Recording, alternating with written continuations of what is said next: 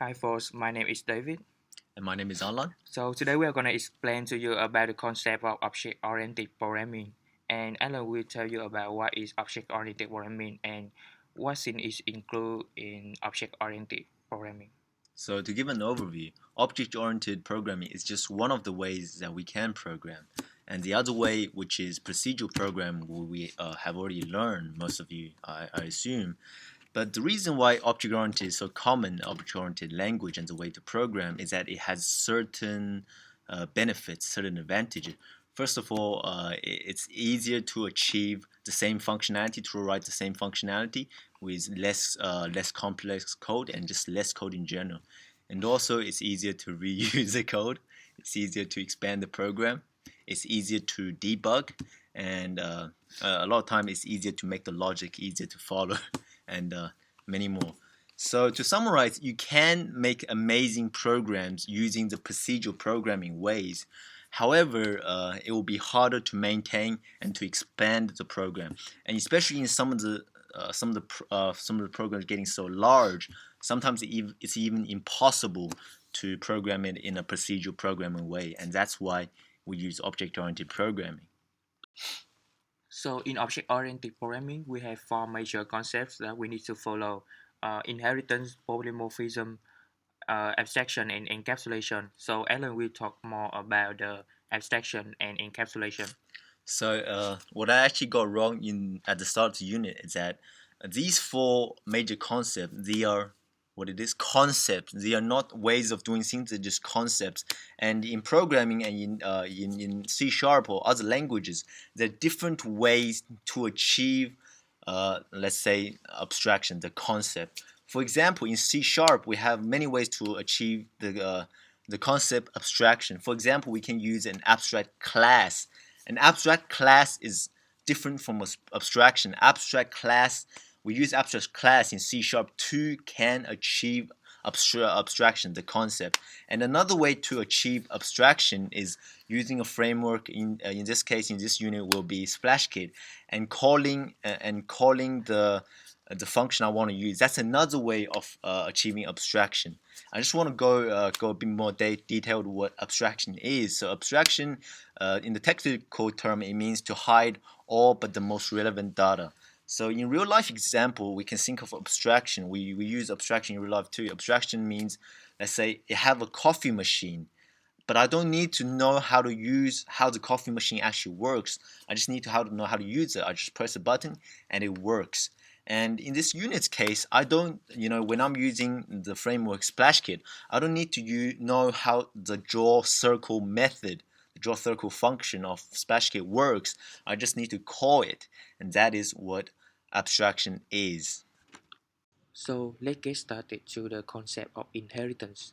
So inheritance is a powerful feature that allows a class to be built on top of another class, and the new class takes over all the properties and functionalities from that other class and add its own specialization to it.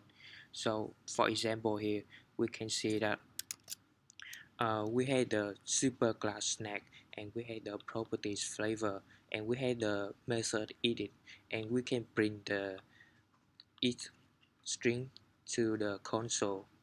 And the line here, we can see that we made a subclass ice cream one that can be inherited from the snack class, and therefore this ice cream one class is the subclass, and the snack class is a base class or a super class.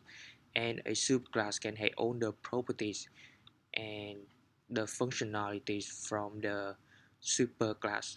So basically the ice cream one can have the new property scoops, and also they can have the flavor properties, and also they can run the edit method. And when we look at the program file,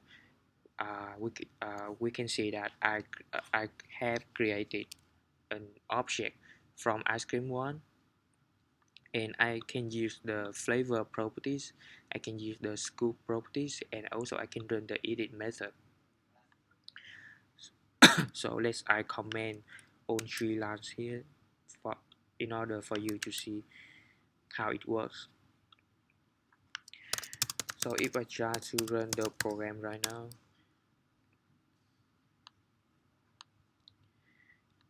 mm, I'm sorry, wait.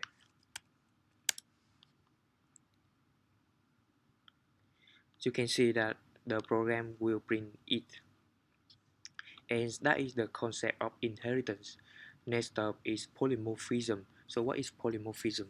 So polymorphism is a concept of another concept of object-oriented programming that allows an object to be changed from one form to another.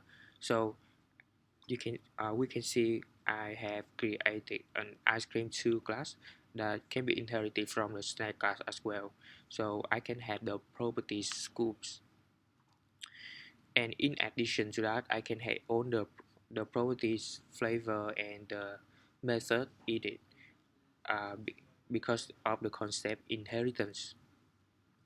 But more specifically, I can override the method edit from the snack class. So instead of the program will print the eat string, so in this class I want the program will print the eat ice cream.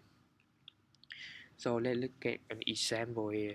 So I try to uncomment these 3 lines, try to say the program, and I will try to run the program, and let's see what happened in the console.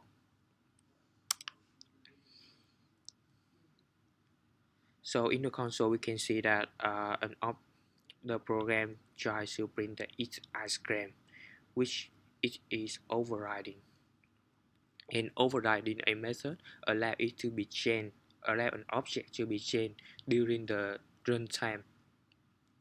So it is an example of polymorphism.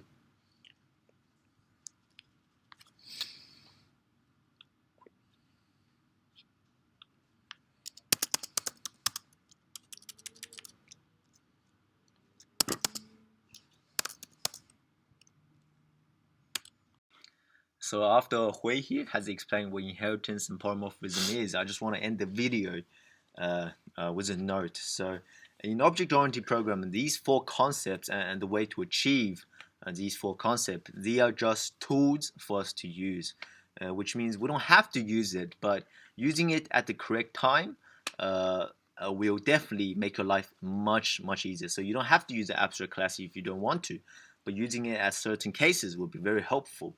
So it's going to be for you, the program, to decide how you want to approach designing the program, and I guess that's the fun of the this unit.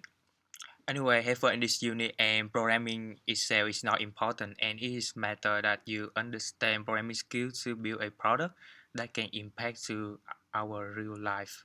So bye bye.